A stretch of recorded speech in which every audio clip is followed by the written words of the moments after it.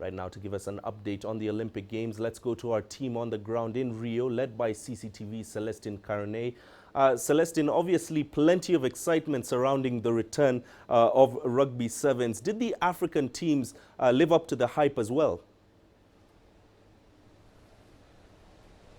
Well, when it comes to the hype of rugby sevens after the first day, of course, it depends on which camp you ask. South Africans will tell you it was a brilliant day. And on the other side, Kenya, it seems the hype has fizzled out of their camp. And the Rio weather this morning, I have to tell you, seems to agree with the kind of mood that is in the Kenyan camp. A bit dull, drizzly this morning, very overcast here in Rio. And Team Kenya really came into this competition as one of, maybe yes, underdogs, but they stood a chance to get into the quarterfinals. But now, after those two losses in a group which also New Zealand lost, means that Mahia, their chances have been downgraded. Even one of the team members, Collins Injera, who was sent off in that first game against Great Britain, admitted that they must now downgrade their goals here at the Olympics. You look at, on the other end, South Africa, Mahia, the other African side, they looked very good. They did not concede any tries and are actually top contenders here for the medals in Rio. So Mahia, it depends on who you ask as far as the hype goes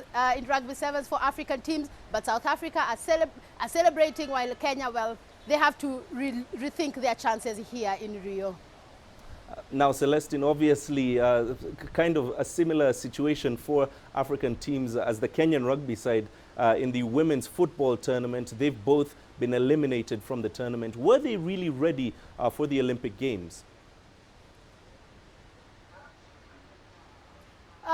When you look at the two teams, it's again a case of two teams with very different, contrasting preparation or approaches when they came to the Olympics. You look at Zimbabwe, a team which was making its debut at the Olympic Games. Definitely, it has shown from the first game that the Olympics could be a bridge too far from them, but it is important to note that it is also about the participation and the experience that this team is taking out of this competition. Remember, Zimbabwe also qualified for the Africa Cup of Nations in the women's competition later this year, and they will be using what experience they have picked here, playing some of the world's best women's football teams to go and build for that competition. So Mahia, for Zimbabwe, it was really a steep learning curve. Yes, it was. Their preparations may not have been over the top. They did not play very high-profile friendlies coming into this competition, but they will take something out of this competition. For South Africa, on the other hand, of course, a lot more better was expected of a team which was able to play even a friendly match with Team USA.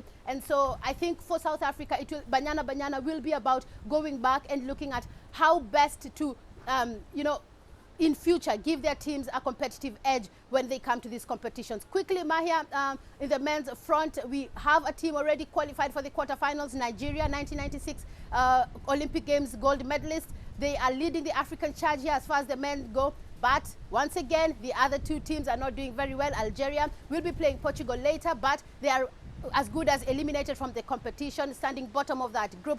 And South Africa also may have started the competition very well by drawing with Brazil 0-0 in the first match, but they too face elimination later today when they play Iraq in a pool that is very tricky, because even Brazil have barely managed to do well in that group, and Denmark is the only strong team in that group so far in terms of the results, of course. But today is the do or die for most teams looking to qualify in the men's category for the next round, Mahia.